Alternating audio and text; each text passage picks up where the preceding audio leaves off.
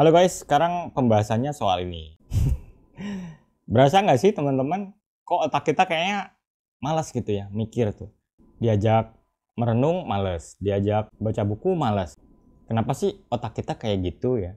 Apa jangan-jangan memang defaultnya kayak gitu otak kita? Yuk kita lihat ya.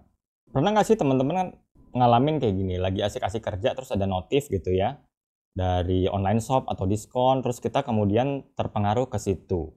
Ya gampang banget kayaknya ceting gitu, wah kayaknya boleh nih gitu ya. Atau apapun lah notifikasi WhatsApp atau Netflix atau apapun lah. Hal-hal yang sifatnya mudah tuh kita gampang bereaksi gitu ya. Nah ini memang ada studinya ya, menurut Mihaly juga. Seseorang itu pada dasarnya lebih kuat bereaksi atau tertarik sangat kuat pada hal-hal yang gampang dan nyaman. Kalau lihat video gue yang Dark Playground ya, itu ada kaitannya sama ini sih, masih ada hubungannya. Tapi ini lebih ke aspek otaknya yang gue bahas di video ini. Nah, bereaksi ini sebetulnya kata-kata yang agak bahaya ya, karena reaksi ini, react itu lawannya dari kontrol gitu. Jadi kita sekedar bereaksi biasanya ya ala kadarnya, bukan tindakan terbaik. Ya makanya dibilang sih di sebuah buku, react itu lawannya dari kontrol, tanpa kendali penuh kita sebetulnya. Tanpa kita mikir terlebih dahulu, tahu-tahu langsung gitu bereaksi. Atau mentah lah, reaksi kita itu biasanya mentah, bukan tindakan terbaik. Kayak misalnya share hoax gitu ya, kan banyak tuh orang main langsung nge-share aja gitu ya. Ada yang bilang malah jempol orang Indonesia tuh lebih cepat dari kecepatan cahaya. Karena ada apa-apa langsung di-share tanpa memfilternya lebih dahulu. Nah itu sebetulnya wujud contoh react gitu ya, reaksi. Nah kenapa bisa begitu? Sebetulnya memang yang gampang dan mudah itu secara default tuh disukai oleh otak gitu ya. Jadi otak kita tuh kayaknya mager gitu, maunya yang gampang-gampang aja. Nah, kenapa bisa begitu? Pertama, hemat energi ya atau efisiensi. Memang otak kita didesain untuk menghemat energinya. Dia memang cuma makan 2% dari seluruh berat tubuh kita ya. Jadi dari total berat tubuh itu dia cuma 2%-nya aja beratnya. Tapi konsumsi tenaganya itu 20% dari seluruh produksi energi di tubuh kita. Jadi dia makan energi banget nih secara default. Dan Tuhan menciptakan supaya otak ini efisien gitu ya. Karena memang mikir itu gue baca ya melelahkan gitu loh. Memerlukan 100 miliar sinyal gitu listrik kalau nggak salah ya. Pernah gue baca sih kayak gitu. Makanya orang-orang yang kayak desainer grafis kayak gue gitu dulu, saran dari dosen gue tuh awas hati-hati tipes gitu. Padahal kan kita di atas meja doang gitu ya. Di atas meja. Di belakang meja gitu ya duduk ngerjain desain. Tapi kok bisa tipes ya? Nah karena otak kita tuh bekerja lebih keras gitu loh. Dan itu meletihkan memang, memakan energi kita. Kalau makannya nggak dijaga ya energinya defisit, ya bisa tuh jadi tipes. Dan cara kerja otak kita tuh ada dua sistem ya. Ada sistem cepat, ada sistem lambat. Ini dari bukunya Thinking Fast and Slow. Emang yang sistem satu tuh yang paling banyak dipakai oleh otak gitu. Karena nggak sadar, effortless, ya otomatis. Ngelihat sesuatu tuh apa adanya aja gitu, nggak ngejudge. Ya fungsinya tuh sistem satu tuh cuman buat update sekeliling kita gitu. Oh ada mobil nih, oh ini lagi makan gitu, kita jalan awas pintu, awas ada orang lain ternabrak gitu-gitu. Tapi kalau sistem 2 ya ini lebih berat ini.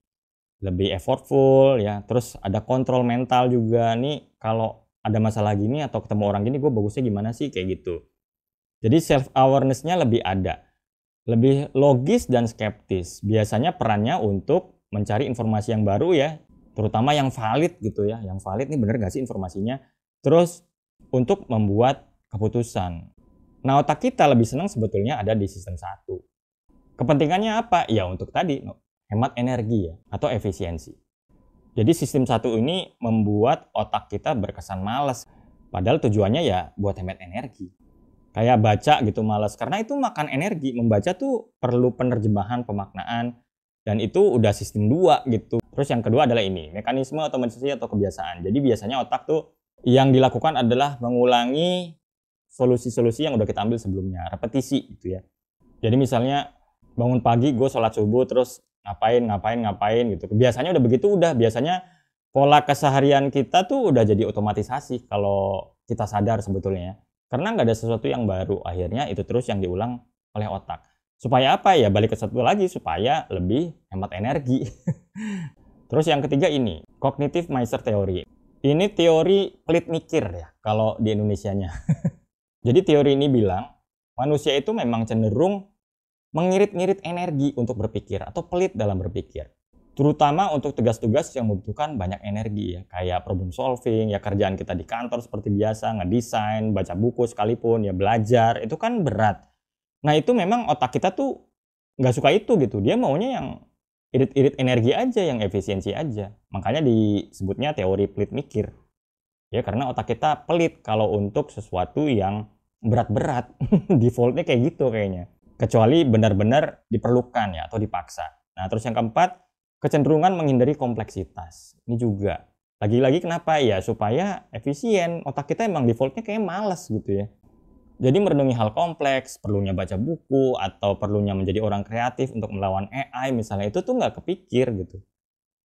Bukan nggak kepikir sih, emang otak kita tuh nggak suka ke situ. Kalau nggak dipaksa dari kesadaran orangnya ya otak kita maunya males aja terus gitu.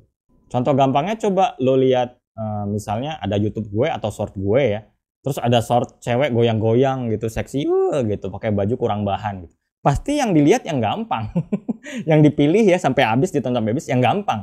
Yang kayak gue yang nambahin informasi baru untuk dicerna gitu ya, untuk direnungkan, itu biasanya miss. Itulah kenapa sulit ya. Channel-channel edukasi tuh kalah gitu subscribernya, tontonannya sama channel-channel yang sifatnya cuman nyaman, hiburan kayak gitu. Kalau di Indonesia ya. Ya inilah Indonesia gitu. Kalau kalian mau mikir dikit, kok bisa ya kita kayak gitu? Ya emang nggak suka belajar orangnya, karena kalah dengan otaknya sendiri gitu, nggak mau level up gitulah istilahnya gitu ya. Dan ini semua sebetulnya musuh dari kreativitas. Karena kreativitas itu mendobrak status quo gitu, menantang atau challenging semua yang udah ada gitu. Kita mencari hal baru dan tentu saja itu berat, kompleks, mengubah kebiasaan gitu ya. Itu kan berat banget. Jadinya ini semua sebetulnya musuh dari kreativitas. Dan otak itu sebetulnya kayak parasut ya. Kalau dipakai dia akan berkembang. Kalau nggak dipakai, dia kuncup aja terus tuh otak gitu ya. Jadi bagusnya dipakai, nanti kebuka. Ada juga yang bilang, otak tuh kayak otot gitu. Kalau dipakai, nanti dia akan makin bagus, makin membesar gitu, makin oke. Jadi pahami dan sadari bahwa cara otak kita memang malas gitu. Tapi itu nggak boleh diikutin gitu, bukan by default terus kita bisa kalah dengan otak kita sendiri. Itulah kenapa perlunya kesadaran. Kalau untuk otak sendiri, gue udah bahas sih, di sesi kelas gue ada ya, tentang otak dan kreativitas. Ini lebih dalam lagi. Tapi kesimpulannya, pelajarannya ya sadari benar-benar bahwa otak kita tuh maunya males-malesan gitu. Kalau kita nggak bisa ngelawan, ya bahaya, terutama buat pengembangan pribadi kita ke depannya. Oke, itu aja untuk video kali ini. Semoga bisa bermanfaat. Terima kasih.